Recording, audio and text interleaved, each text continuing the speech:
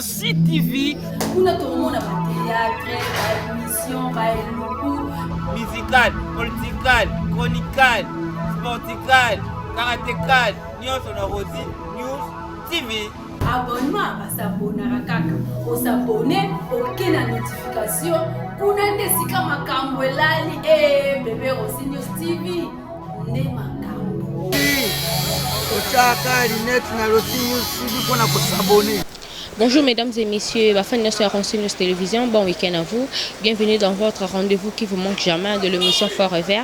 Et c'est toujours moi devant vous, Sarah Matoumona. Je dis un grand merci à Montréal, Mira Kinzi derrière la caméra. Et pourquoi pas dire un grand merci à Madame Ronsi Moufouassoni et aussi à messieurs les DG. La fin de notre Rossi News Télévision, Sarah Bino, vous aurez toujours branché la chaîne Nabino, vous n'allez jamais décider. Analyse à bien, actualité musicale à bien, ni on se voit vous retrouvez en haut à la émission. Et c'est toujours à travers moi votre humble présentatrice. Alors aujourd'hui je ne suis pas seule, je suis avec Bob Molema le suprême.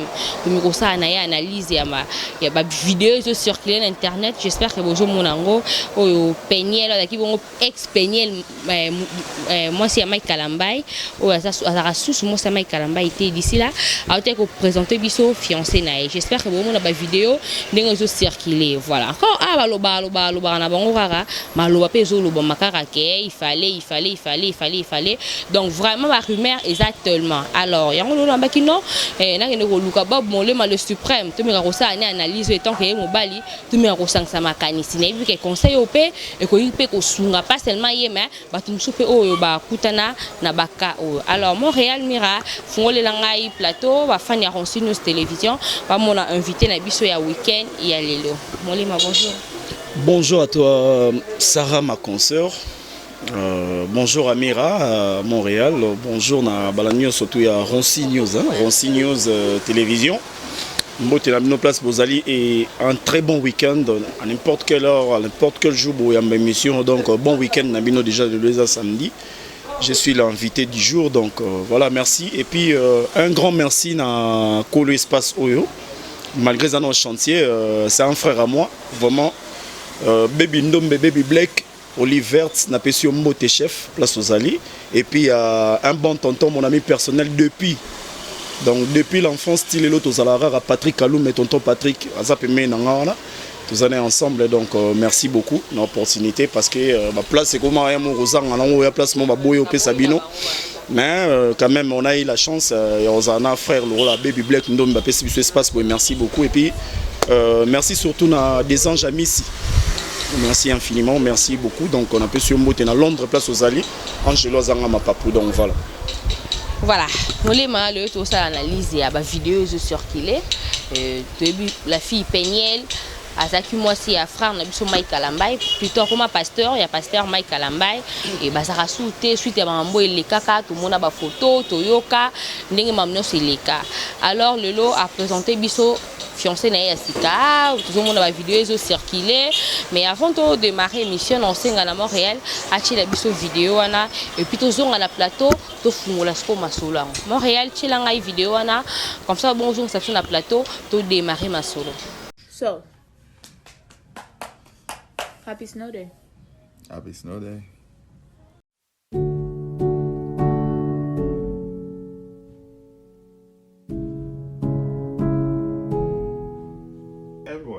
You think so? Mm-hmm.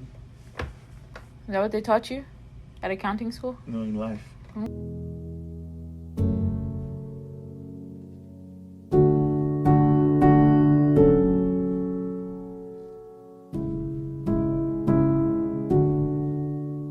don't know how to use Snapchat? I do. No, you don't. Old man, baby boomer. Get it for God.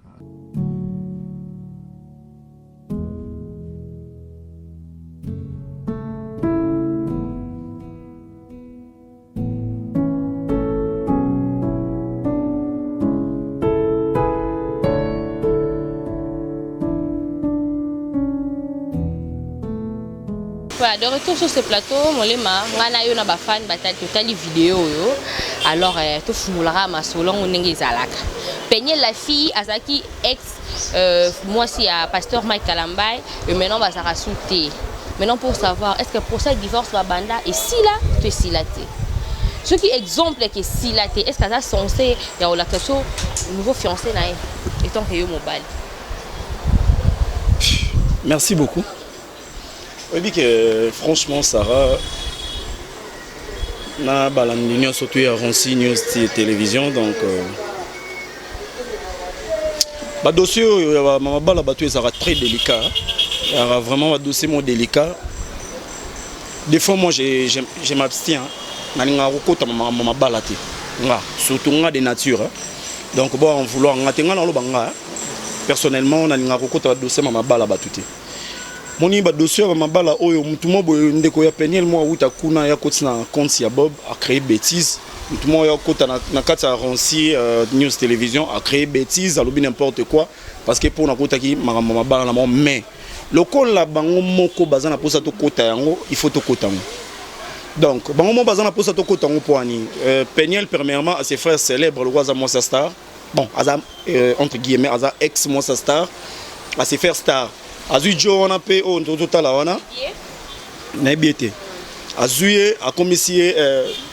Tu as un bon Nabiété. On a le banal, comme on a la place, on a le comme. Azuye Moutouana, au bassin d'une vidéo, a commissionné. Il n'y a pas de commissionné Star, quand moi, mes commissaires Star. Instagram nae na banini ba publication ainsi de suite. Voilà. En premier lieu, c'est Mike Kalambay qui était star et c'est Mike qui Kalambay ndem taza star. Peniel biso to yeba qui était bolimbisanga. To yeba qui était to yo yeba ndeka ezal roi ngai na yo boso yo za mwasi nanga bat ba yeba na simananga. Mais le roi a déjà une fille, oza déjà na kati ya monde ya journalisme, oza na internet et tout, voilà bat ba yebi yo ba yebi. Ba opé ba yebi oté, on s'en fout donc to kinango nengwana. Et ça, mon kili, bateau baza censé te bailler bateau surtout. Voilà. Bon, à vrai dire, tous à bateau. Na vie normalement faut tous avoir des limites, surtout ça ma cam. Ndetinga, na lubango bat baoye ba mwasi na ngatim ko na obala. Joue na obala et puis na bomoni ke na mwasi na. Tout on yo surtout ba soupçonnara. Na on peut ça comme exemple pour na kota na sujet. Tout o batunyo surtout ba soupçonnara. Barabasi nangati. To zongi ce qu'on a sujet. Na zongi ce qu'on a kati. Au moins le bomi biso zani. Et le bomi biso zani. Tant aux yeux moi sina mais surtout réseaux sociaux. Surtout réseaux sociaux. Tant qu'on aux yeux moi sur nos chaînes réseaux sociaux. Yebara au kabele ba camarade Sika. Et yazara ça baba tala marate, baba la batala na internet, baba zara chroniqueur, zara journaliste, télé na TV, bonaboy. Eh, nazu ba camarade. Ngana ngolo batom suna bato bino bato ba soupçonnant exemple comme moi si basinanga ba pesa bango tala ba mebele. Ozomona. Ngai Peniel, je la connaissais pas. Moi je connaissais Mike Kalambay mais on disait que Mike Kalambay a sali mariage na fille morobo. Ngana pesa un conseil té mais ngana lobana Peniel pour ayoka conseil té. Ouais, ayoka conseil té. Omeka déjà. Yo kendo zora ni Instagram na okendo pesa conseil té sœur Peniel ponyo sabo. Lingalo yo ozwa. Na si yo souté yo sur komana ni na Instagram na té. Ouais, alinga conseil té premièrement je sais pas. Est-ce que ça bassigne surtout ka bazala lolenge lo la ye. Ngana oyebise kaka que ma sœur n'a droit au but. Premièrement, tu habites sur le procédure à divorce, sur ce comme Nasuka, va tranchango, tu habites mais au bimsi déjà mbali. Mike Kalambay na côté les nonte, non na kena ngamba Mike Kalambay, non que non Peniel. Non to moni procédure à divorce, non ba bisi biso lo moroté, non ba lobi na bango ba lobi lo moroté, ba lobi ninte, autorisation nini ya mama Mike Kalambay yo na Mike Kalambay na Peniel et si là non to moni en côté justice non étranger, non to mona ata document moroté. Mais bon, à vrai dire bolongo la ba ni na bino ba alliance na bino bolongo la yango. Bolongo la ba alliance na bino. Peniel fallait asala moi ba réserve, à moi si. Qu'est-ce qui prouve que les gars là on a moni na vidéo on a yenda yo la sa Peniel bolingo solo. Maman. Fimoro boye apusani pembe nanga pour abaye baye. Pour ça la combo. Fimo garçon moi pousse un na Sarah pour Sarah les dans la télévision sur Sarah publié non ça c'est mon nom mais tout alors ça a vraiment succès dans le monde internet et Sarah comment mal garçon bon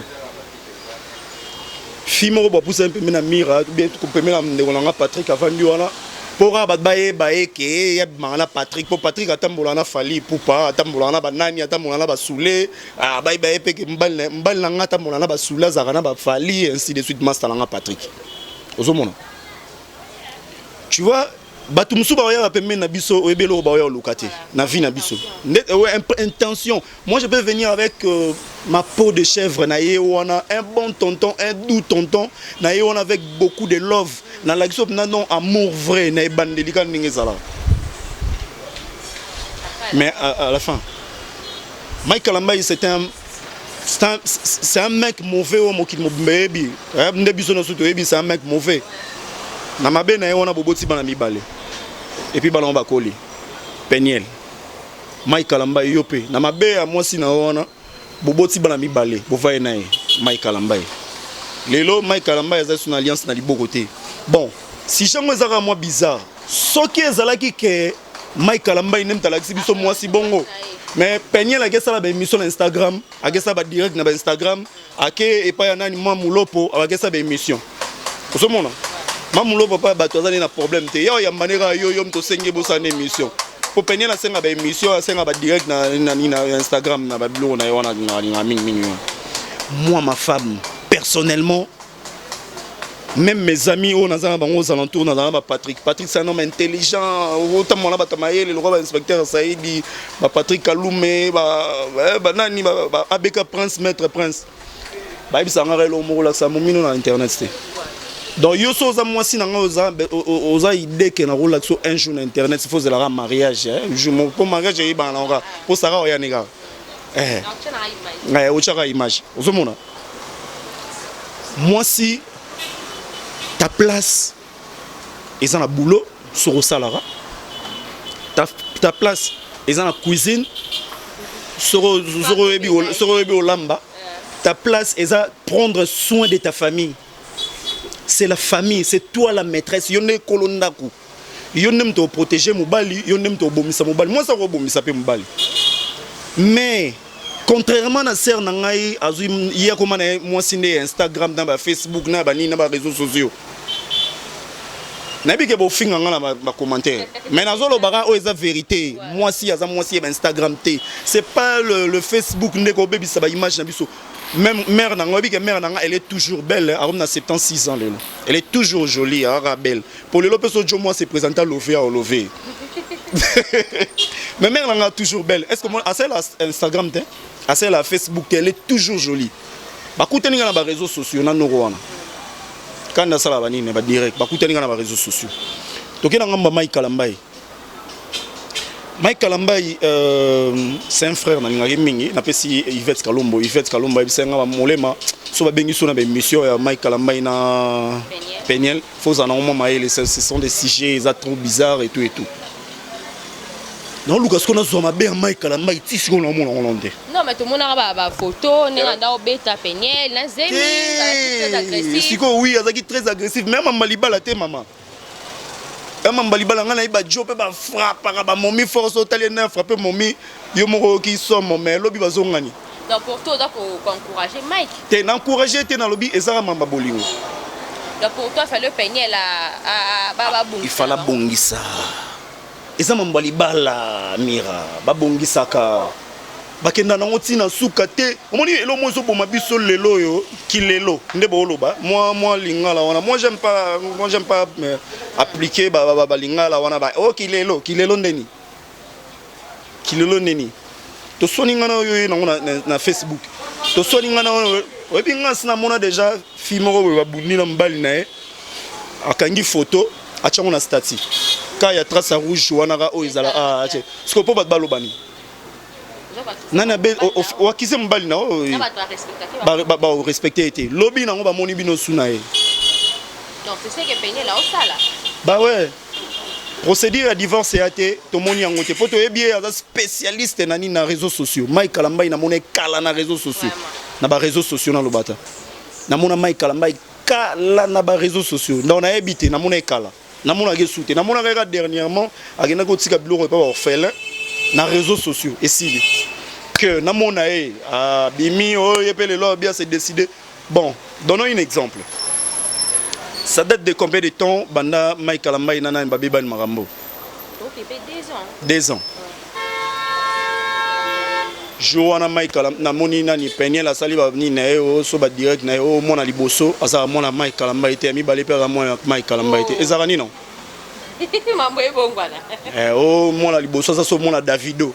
Donc c'est que moi si mo bosutukela no ba jo ba moni ke basi basutukela o moni yango avant bala faut tala la place nyezo kende soit moi si soit mobali tango ke bala faut tala biso ba jeune lelo mère na ngasala na commune asalisi mariage moko boy lelo après 3 mois amona boy bana ba yo betele fenêtre na eka ya nini ya bureau na koko bonjour maman ka sonde ba yo tikele ba cadeau ndenga c'est bon maman sala ba mariage ba nyoso tu ba la ba poto même na mikili songo salisa mikanda ba nini mère na ngazara na sala ba mikanda ya bato baza poto na kina. Mère a tout ni problème ni noté maman na yo tika lettre na nga divorce. 3 mois. Maman bi 3 mois. 3 mois seulement. Moi j'appelle ça le mariage précoce to ebanité. Oui bi na toute la télé-réalité mo boya ba wags. Fille mo bozo ibisa garçon acha garçon mal à l'aise. Balanga kaka ba o ba tele lo fo te fo balanga kaka ya mama balango yango wana ya ba mai Kalamba. Est-ce que Mike Kalamba soit temps ya ko vendre pena pena na ndimi na ngate te na ndimite balak sabiso photo ya ba fiancé na mole bazala na ndeti Patrick bazala na Arlette Scala on a fait la photo on peut après c'est mambo bata mate nyo se bimaka balak sabiso na photo mo kala c'est que mambo mo na ba photo na ya antiquité ya bango pe to mona te. C'est que le frère Mike Kalanda n'est apparence aux États-Unis. On dit que ngana biso que non, so ba bito bimisaka photo mo ya kala. Izati. Ezana ngoto tikala mona ngote ata mukolo mo te. Boum boum boum. Bozora temps.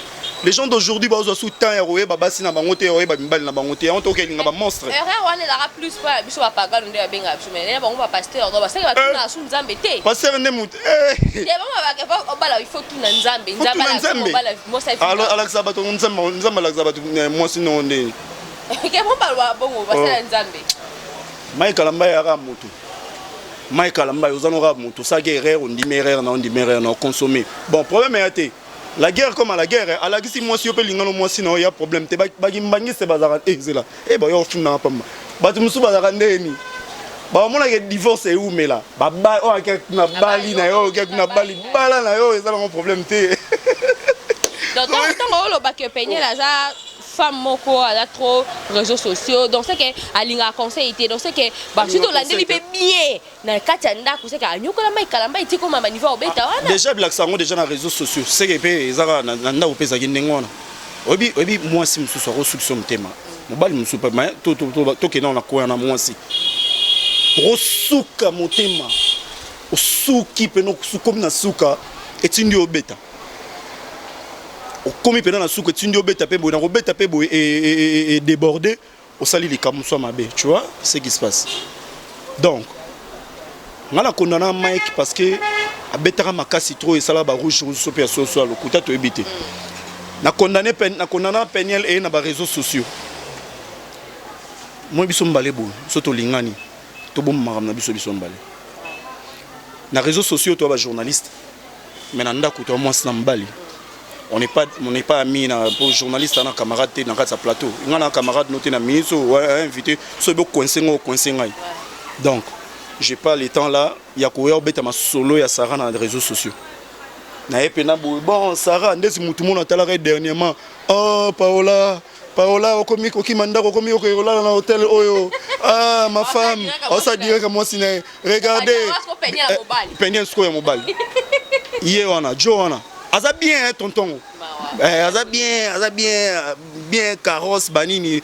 Ah Paola tiki bana nandaku akeko fanda kuna na ba restaurant. Azo pour conseil moi ya malamu ya pena. Na réseaux sociaux zate ba so ba yona ba ofinga yo ba oseka yo ba. Moi je préfère mieux rencontrer mes trucs chez mes amis. Na betela so na pa Baby Black Ndombe. Na betela so na pa Patrick Kalume. Na betela lisolo na ngai et pas ya JC Abeka Prince Noble ba master na classe noble. Na betela solo na nga Shibango. na koya ko betela oli solo na ngate ya parler na ngana ya betela na ya na réseaux sociaux so tuninga nga d'ailleurs so tuninga na moi sino azaka na wanga na kanana na so ke na moi cité boule siko na so ke na nete alors toujours est-ce qu'on a mobile on a peigné Didier alors bah mona ba vidéo je t'aime je t'aime ba mona bon ba lo bala ba mon chéri Coco Subani alors bon ce que soka yé peine na bolingo ya vrai c'est que pour ça divorce ba lande na bon on style na ngo na autre mamba ba nini so ba nini procédure à divorce on a batika na bango ngo ils ont un problème et pas balana ils ont un problème bon et c'est un procédure à divorce non parce que tu as vu que balana balata ba no c'est bon tika na maman so zeli procédure à divorce ne c'est pas mère na biso boye be total ba 2 ans 3 ans de malangote ouais ce temps il on peut so conseil kaka zongi na mbali na yo hein moniaza mbali na yo faut boluka ba arranger hein ils a bongote des anges messi na kata Londres donc moi ça pembe angelo zanga ma papa ya bongo so esili nango hein musu pene esili la pene esili bo mona mna bo remarquer que mutozonga pas zati alors son débat na bakenda pas peigner loane ko suka ndenge ni surtout miko sa mwana Michael Mbaye je sais que c'est un grand homme et puis c'est un bon monsieur alors je charge à banana nenga zo charge tom so za charge à banana oui bandeni biso to bon peut-être mais la fille a raison sur ndaloba ndaloba non to yoka e boyo kasi mama malamu yo lobango ah aloba mama malamu te mama nanga ya aloba makambo mabe aloba mama mabe alors bino pe mibali to zonga nano tango déjà au vandi dit exemple nous zo loba mamba pegnel on comprend que ça fille moka ngara reproche ceci c'est là yo ke ko approcher okoki obanga te ke eloko asala ki kuna kota zake ko pe osala ngoyo bibo ya kamba momo biba ndi aye na moni ba lunettes mo boye e ba ola te ya boule bo remet l'amour est aveugle ba lunettes mo ba ole ka le kama banzela ba blo nga rola tango te la lunettes mo ya boule bo remet amour est aveugle so nini ba komio oh et bangote Yolanda o ezali boso boye beauté extérieure la beauté là intérieurement tout ce qui brille n'est pas l'or hein? N'est pas de l'or nien so briller on a Didier comme on est le bibongo mais beauté donc basa bolingo na bango calmement mais atika ko défier frère Mike Kalamba c'est pas bien. On a lancé des défis. Barossa la epera yango ndenga sali Mike Kalamba. On lancé des défis na Mike Kalamba yazala kina. Mike Kalamba yazala kina vivra très bien, il vit bien. Il vit sa vie hein, bien Peniel vit sa vie donc elle vit sa vie à sa vie na donc Didier Kolingate na pese conseil na Kolingate au défi Mike Kalamba fait gaffe. Wa mobali. O mobali asala ka défi ti lancer défi na mamba bolingo. Patrick robot lo pe motion. Vraiment. Vraiment, comme vraiment la souka émission na biso. Ah, donc na souka vraiment na habité. Vraiment na habité. Alors, pesa conseil. T'es pas fini de mettre ça na. Pesa conseil pas ya frère Mike Kalamba. Sinon tindé c'est pas balaba na ye. Oui, pesa conseil que Rero et Salamaki a répété à mon frère Mike Kalamba, tout ce qui était dit au niveau de l'Obama concernant à ta personne, nous sommes le banana na kombo na yo. Soreza ya solo. Sincèrement moi ton frère, na oyebi sa o que. Nga frère no yo yebi. Sincèrement moi. Na oyebi sa changer. Pour m'embellir ce qui se passe dans la chambre et tika la na ta chambre. Mais le roi bimaki li banda biso nyoso to yebi ngo soreza bongo est-ce que os boxeur na rata na mbetu. Changer tika yango prochainement moi si me suis pas au Kimarabu mais soreza yango ya solo te papa continuer final déjà balaki sio moto mususu en live balancer-le ça c'est un défi toi tu es un homme de Dieu au sambela rapport na bato déstabiliser ministère na oté reste ce que tu es zala frère Mike Kalamba oyo zali ah ouais barotindelo peka moi si monde batindela Jimmy Schwagar moi si et puis que Jimmy Schwagar un grand pasteur aux États-Unis batindela moi si Lucifer est prêt à tout hein Rosa nyo surtout à Rosa là pas quoi ça alors zala oyo zali le roi balakisi oboye o sala nde balakisi yote yo zanuka kimia zo kimia nzamba pesa o kimia ça c'est un conseil d'amis que Dieu te bénisse alors pour peigner ah t'es yali un conseil te alinga conseil te pour Didier on lançait déjà des défis na frère Mike Kalamba alors au kutana na loboko nzambe za maele Voilà, la fin de la news télévision, donc comme vraiment la souka et analyse nabiso, tout le bien qui sur nouveau relation il y a Peniel, ou azaki bon ex, moi c'est à Mike Kalambay, vous avez une vidéo, baninga na vidéo, na katakar vidéo, donc tout les mbaba vidéo na bon mikolo. Alors tout ça les cas analyse pour kolobe la ke relation ana toujours souhaiter là on m'a bête ma. Va paramètres ça moi belé mamba divorce tout le monde a té le côté mobile tout le monde a commenté ce qu'azo le bas c'est comme si azo lancé défi et pas frère Mike Kalambay. Alors bon les mamans de la fin non parce que vraiment en souka na ba fani a Ronsignews au bataille au lelo dans ma famille surtout il y a Ronsignews et puis maman Ronsi hein. C'est la dame donc merci à toi la patronne nangana sengolo mo naloba bon kata ngode o kata bon la patronne nangana sengolo mo ngasko babenganga anti matolo na beta matolo te ngai na journaliste moko chroniqueur moko o abeta matolo te ya on a rampiaka sko boulé lelo so ngana ebisio naza besoin ka mira semaine prochaine azonga shenga na Sara bazonga shenga boya penake no bob molema enveloppe boss atindela ki yango to tchanga na caméra madame Ronsi na pesi ba Ronsignol surtout news o batala la TV oyo na pesi bino mbote madame Ronsi na lobi ga eloko wana donc mira fazonga ya pena boss pena tindaki yango yo yango donc la masangala comment on lobi on va te pardon moi banga na nalinga mingi konya ku bien black label so bouteille na nga black ko ya semaine prochaine et ça la nga bien na miss no peno mona na sombiango et ça nga bien bon mabanga la ngeza kaka na pesi yo moko kolo et loko mbote nzamba pambolango maboko na nga oyo ya na ba bénédiction mo na e barati nzamba pambolango pona betara matolo pamba te ngaso la lobby likambo donc ezala maman eke direct nzamba pambola chaîne à bénir en haut et qu'il y a des bossons, des journalistes, des réalisateurs, des caméramans, bino surtout nous sommes pas moula bino. La semaine prochaine, naïbi que maramba bien ezala. Donc ma dédicace n'engage pas mingi pas kolosika oyo. Baby Black Ndombe. Après si biso sika ezala dans chantier mais biso sko te tourner batali bosso ba tourner a ezala ngai. Donc Baby Black Ndombe merci na espace au PC biso ezala dans chantier. Ngala benga ke monsieur Oliver pour les chefs kuna donc place au plutôt non mais la moi champagne au foot c'est le côté pas Baby Black Ndombe. Merci à tonton Patrick Kalou mais mon ami personnel donc Master ba Fali Poupa Master ba Soulé Master ba Tona surtout bazala nzinga Fali Poupa. Merci na ba Master nga surtout ya classe noble bozalara bien. Bon, Léon a la tika Dior na badidas. Dibanda na yesu bo moezate donc bisous bye. Voilà, merci beaucoup. Enfin, la renseignement c'était là. Bob Monlema, c'est aussi un confrère, c'est aussi un journaliste. Tout ça, il y a une analyse sur Maramba Peniel. Sarah Kour à la Parisienne, je t'ai dit, je souhaite un bon week-end aussi à Mienzola, le Grand Voulouzi.